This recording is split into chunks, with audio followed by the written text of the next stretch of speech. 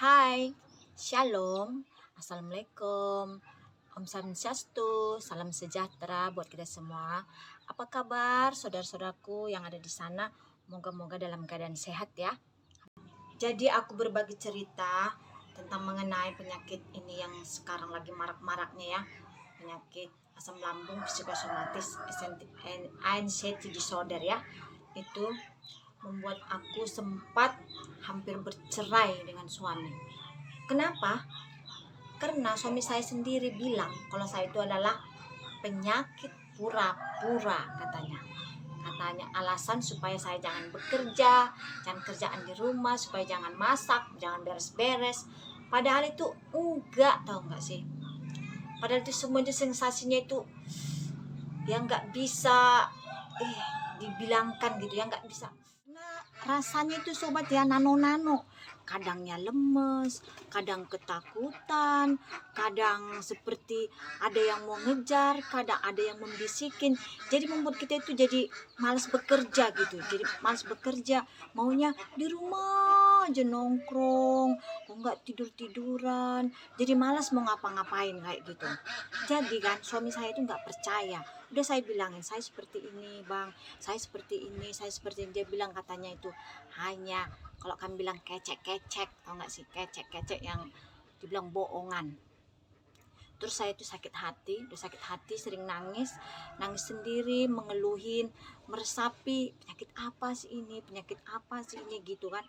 Terus setelah terakhir, jadi saya sering merasakan betapa sakitnya yang udah saya rasain sakit. Udah gitu dibilangin suami katanya pura-pura sakit. Terus gitu teman-teman saya pada jauhin saya, nggak mau teman lagi sama saya gitu kan. Jadi kepikiran saya itu pergi dari rumah. Saya lari dari rumah, saya pergi ke NTT. Tahu nggak sih ke NTT? Saya ini tinggalnya di Riau. Terus saya lari ke NTT, tempat-tempat kakak saya di sana, nomor 1. Saya lari ke sana, terus suami saya nyari saya, dia nggak nyariin, nelpon semua keluarga saya, ya semua keluarga saya nggak ada yang tahu karena saya memang udah lari gitu kan. Niat lari ngapain ngomong-ngomong juga ya kan. Makanya saya nggak ada kasih informasi kayak gitu kan. Sering gaduh saya akibat asam lambung ini. Saya sering gaduh sama suami saya juga, itu satu lagi.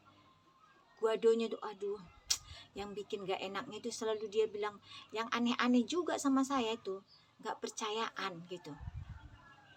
Udah gitu kan, saya sering menangis, udah gitu. Tapi ilalanya saya lari ke NTT, naik pesawat, berapa kali transit, itu gak ada takutnya loh. Gak ada takutnya, itu dia. Naik pesawat transit dari dari Pekanbaru, terus transitnya Jakarta ke Denpasar sampai kok nggak Tolaka gitu deh, kok nggak salah. Terus sampai ke NTT. Coba bayangkan, coba berapa kali saya transit. Tapi saya nggak ada takut sedikit pun, saya nggak ada takut. Heran juga saya di situ. Sampailah ke NTT tadi saya kan. Terus saya sampai NTT, terus malah kakak saya bilang juga, sakit apanya kau? Dia bilang gitu. Sakit apa? Mukamu segarnya. Tapi kau katanya sakit. Kayak mana sakitmu katanya? Dia bilang gitu. Terus saya bilang gini, sama aja kau kayak suamiku. Bilang gitu kan, sama aja kau kayak suamiku. Kata suamiku juga kayak gitu. Mukaku katanya itu biasa aja. Bibirku merah. Mukaku itu katanya wajahku ini seger. Tapi memang iya seger. Cuman perasaan ini tadi, aduh Tuhan, gak tahu lagi mau ngomong apa. Banyak ini, entah apa di dalam otak ini. Terus ketakutan, gak tahu. Ini terus yang sering mengganjal ini. Kalau udah sering datang itu yang mengganjal namanya di leher. Aduh, kayaknya itu kayak mau mati beneran lah. Jadi setelah itu kan, saya potong lagi, datang sampai ke NTT, kakak saya bilang, aduh nanti kau diguna-guna orang gitu katanya, diguna-guna. Masa sih, saya bilang sama kakak saya. Terus saya pergi, saya dibawa ke orang pintar. Itu perobatannya sih melalui bawang kalau nggak salah ya. Tapi memang saya ingat ya bawang.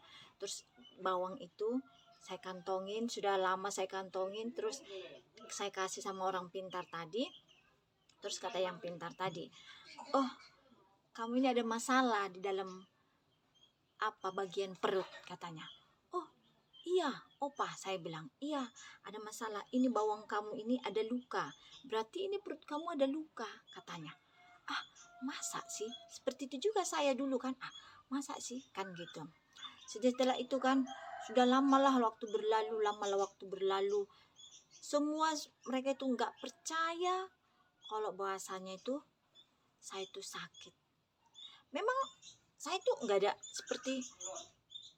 seperti ada sini kan tetangga saya, kalau dia psikosomatis juga ya, sama psikosomatis gitu, dia sering sakit kepala yang dahsyat katanya, terus sakit perut yang dahsyat, terus dada katanya sering sakit. Tapi ya mudah-mudahan aku yang seperti kepala itu mudah-mudahan nggak pernah sih, nggak pernah. Mungkin ada teman-teman yang sama gitu kan pengalamannya, sakit asam lambung gitu, tapi bukan kepala yang dihantam gitu kan, boleh komen deh, mungkin kita serupa ya. Tapi jangan juga diserupa, saya juga gak senang kalau yang namanya mungkin kita sama semuanya sama. Aduh, itu saya kalau kayak gitu jadi yang gak sama jadi disama-samain, itu susah itu. Jadi kalau memang betul-betul kan memang ada asam lambung psikosomatik, coba deh kamu periksa dulu, memang betul-betul baru bisa disamain kayak gitu ya. Jadi itu dia sobat kan. Terus orang tua saya juga, terus saya cerita sama orang tua saya bilang, berdoa, selalu berdoa nak, berdoa. Dia bilang, jadi semenjak aku mengalami penyakit asam lambung ini, memang semua teman aku itu pada menjauhi aku beneran, terutama itu lagi suamiku, gak terbilang. Saya minta talak 3 langsung, akibat karena asam lambung ini, karena dia bilang saya itu pura-pura. Sakit enggak? Dia bilang penyakit saya ini pura-pura, padahal saya itu udah nggak bisa tidur, ketakutan, jantung berdebar-debar, telinga saya kadang-kadang ngeng, apalagi dengar orang katanya yang ada yang meninggal katanya. Udahlah, saya kebingungan, saya seperti orang gila. Kalau saya ke kambuh itu, yang namanya kayak itu panic attack itu namanya ya, yang jantung berdebar-debar itu, dengar kabar-kabar yang aneh-aneh gitulah yang menakutkan. Itu kalau saya udah dengar kayak gitu, saya kambuh itu langsung saya gini, tau nggak sih, nggak tahu entahnya lagu apa sih, yang penting apa yang nyantol di otak saya itu yang saya nyanyikan. Kebayang nggak sih kamu itu deh. Terus banyak yang bilang, katanya tetangga saya bilang, itu ntar lagi tuh, saya di sini kan panggilannya kan si Mama Dwi gitu kan, dia bilang gini, itu Mak Dwi itu ntar lagi itu gila itu, dia bilang gitu. Orang-orang itu bilang kayak gitu. Tapi aku, Tuhan biarkan mereka berkata apa, mereka itu nggak tahu apa yang saya rasakan. Tapi saya doakan mereka itu jangan sempat seperti saya. Oke lah sobat, sampai di sini dulu buat video kali ini, berbagi cerita, dan kita bisa ketemu lagi di video selanjutnya. Dan jangan lupa untuk like, komen, supaya aku biar semangat lagi untuk menyemangati semua teman-teman yang ada di sana. Oke, bye-bye. Salam sehat.